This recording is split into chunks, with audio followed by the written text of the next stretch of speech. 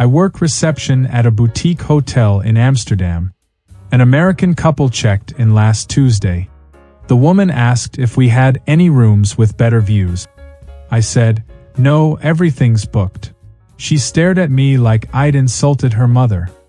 Her husband leaned over and whispered loudly, honey, I think she's being rude. I wasn't being rude. I was answering her question. She asked again, slower this time, like I hadn't understood. So there's nothing available? At all. I repeated, no, we're fully booked. She turned to her husband and said, this is exactly what everyone warned us about. Europeans have no customer service skills. I'd literally just given her the information she requested. Apparently, I was supposed to apologize profusely, offer phantom upgrades, and validate her disappointment. Instead, I told her the truth in one sentence. She wrote a review saying I was hostile and unwelcoming. I'd said 6 words total. My coworker in Stockholm once told an American tourist that restaurant's overpriced. He thought she was attacking his taste. She was saving him money. He reported her to management for being unnecessarily negative. Another American asked our Berlin tour guide, is this the best museum in the city? The guide said, no, the Pergamon is better. The tourist complained she was putting down their choice. She was answering honestly. A woman in Helsinki asked a local, should I buy this sweater? The local said, it won't keep you warm enough for winter here.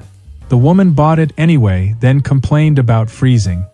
She told everyone the Finns were unhelpful and discouraging. Europeans give you information. Americans hear judgment. We answer questions directly. They want emotional support wrapped around fact. A woman walked into my friend's Copenhagen bakery and pointed at a pastry. Is this good? My friend said, it's too sweet for most people. Try the rye bread instead. The woman's face froze. She asked to speak to the owner. My friend said, I am the owner. The woman accused her of talking down to customers and trying to push expensive items. The rye bread cost less than the pastry. My friend was giving genuine advice based on years of watching tourists buy the wrong thing and leave disappointed. The woman bought the pastry anyway, took 1 bite, and threw it away. Then she left a review saying the staff was condescending and judgmental. My friend had been trying to help. But Americans don't want recommendations.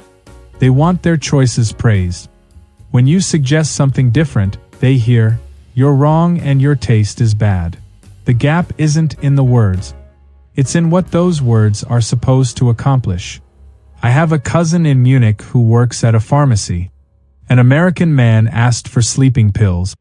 She said, you need a prescription for that. He exploded. Said she was being difficult on purpose. He demanded she just give him the pills because he'd bought them over the counter in other countries. She explained that wasn't how German law worked. He said, in America, the customer is always right. She replied, this isn't America.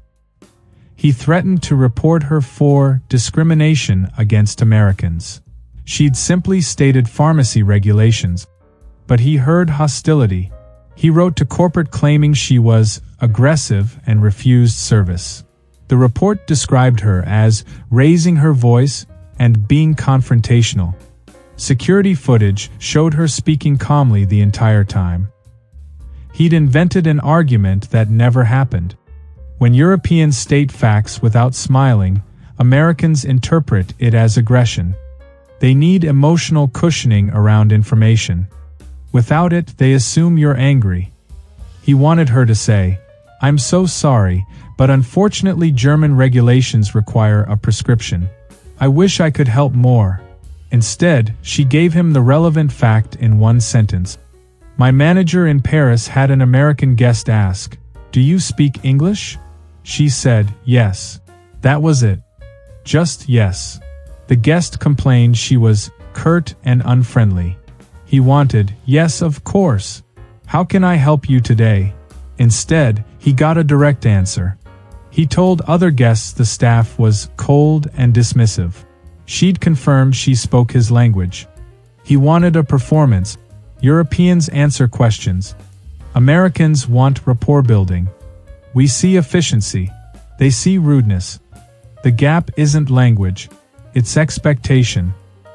He spent the rest of his stay telling everyone French people were mean because one woman answered his question without adding theatrical enthusiasm. A bartender in Dublin had an American order an Irish coffee. She made it correctly. He said, "This doesn't taste like Starbucks." She said, "That's because it's actual Irish coffee." He complained she was mocking him. She was explaining why it tasted different. He wanted her to apologize for authentic preparation. She refused. He left without tipping and told the table next to him that Irish people have attitudes. She'd made his drink properly and explained what made it traditional. He heard condescension because she didn't pretend Starbucks was the standard. I worked a summer in Prague at a restaurant. An American family ordered 5 main courses. I said, "That's a lot of food. Portions here are large."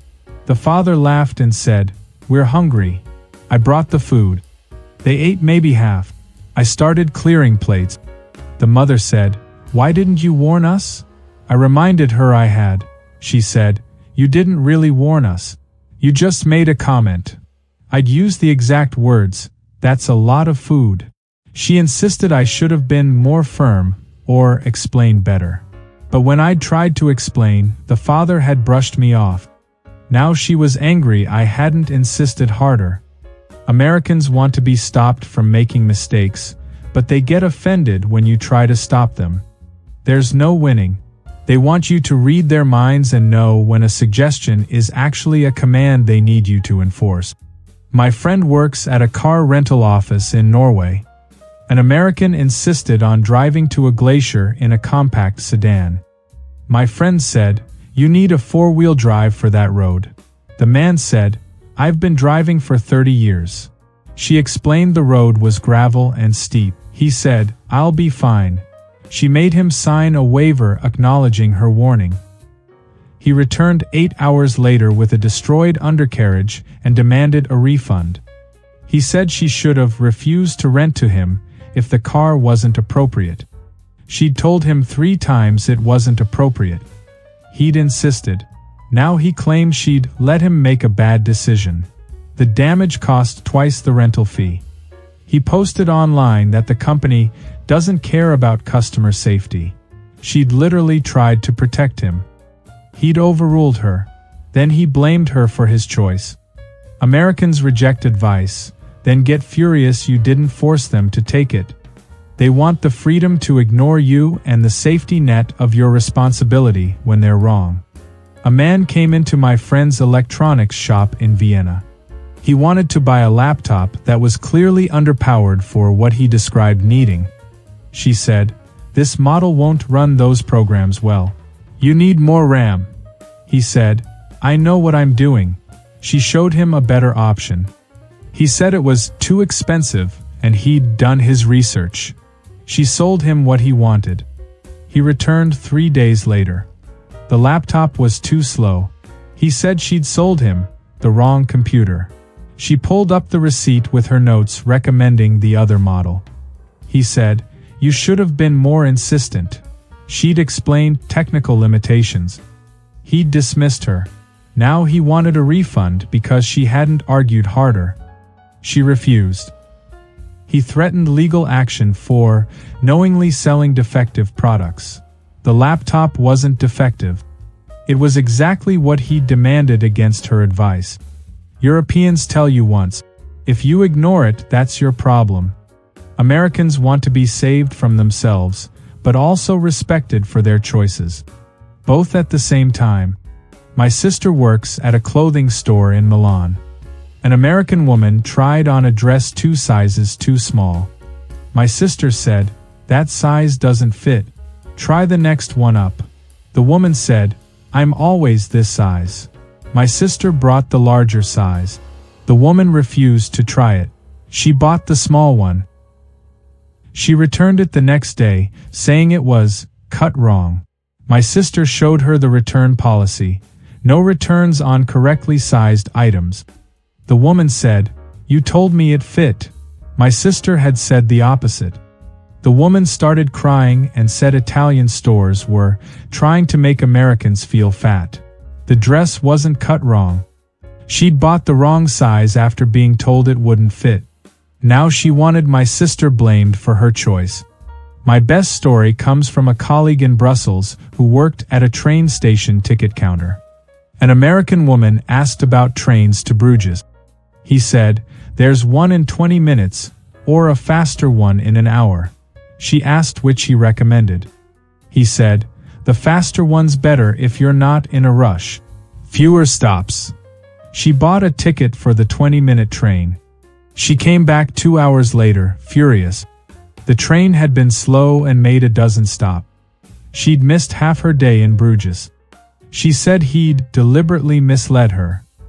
He reminded her he'd recommended the other train. She said, "You didn't say the first train was bad. You just said the other was faster." He'd told her the faster train was better. She'd chosen the opposite. Now she wanted a refund because his recommendation wasn't clear enough. He explained he couldn't refund a used ticket. She said, "In America, we believe in customer service." He said, "In Belgium, we believe in listening." She reported him for being sarcastic and unhelpful. He'd given her accurate information and a clear recommendation. She'd ignored it. Then she blamed him for not psychically preventing her mistake. She wrote to the station director claiming he'd ruined her vacation by not being more forceful with his advice. Americans think European directness is hostility because they're used to service with emotional labor. Waiters who apologize for things that aren't their fault. Cashiers who ask about your day. Retail workers who pretend your terrible idea is brilliant. When Europeans skip that performance and just give you facts, Americans think something's wrong. They hear coldness where there's just efficiency. They sense judgment where there's only information. The frustration isn't about language barriers or cultural differences. It's about unmet expectations. Americans want service workers to manage their feelings while providing information. Europeans separate the two. We'll tell you the truth. We won't hold your hand while doing it. That's not rudeness. That's respect. We assume you're adult enough to handle reality without sugarcoating. Americans want validation. Europeans want efficiency. Neither is wrong. But when Americans expect one and get the other, they overreact. They write reviews. They demand managers. They create conflict where none existed. Because in their world, directness without warmth is aggression. In ours, it's just Wednesday. We're not angry. We're not judging. We're just answering your question. Next time a European gives you a blunt answer, remember, they're not mad at you. They're just not performing for you. The information is the same either way. Take it or leave it, but don't blame us when you leave it and regret it later.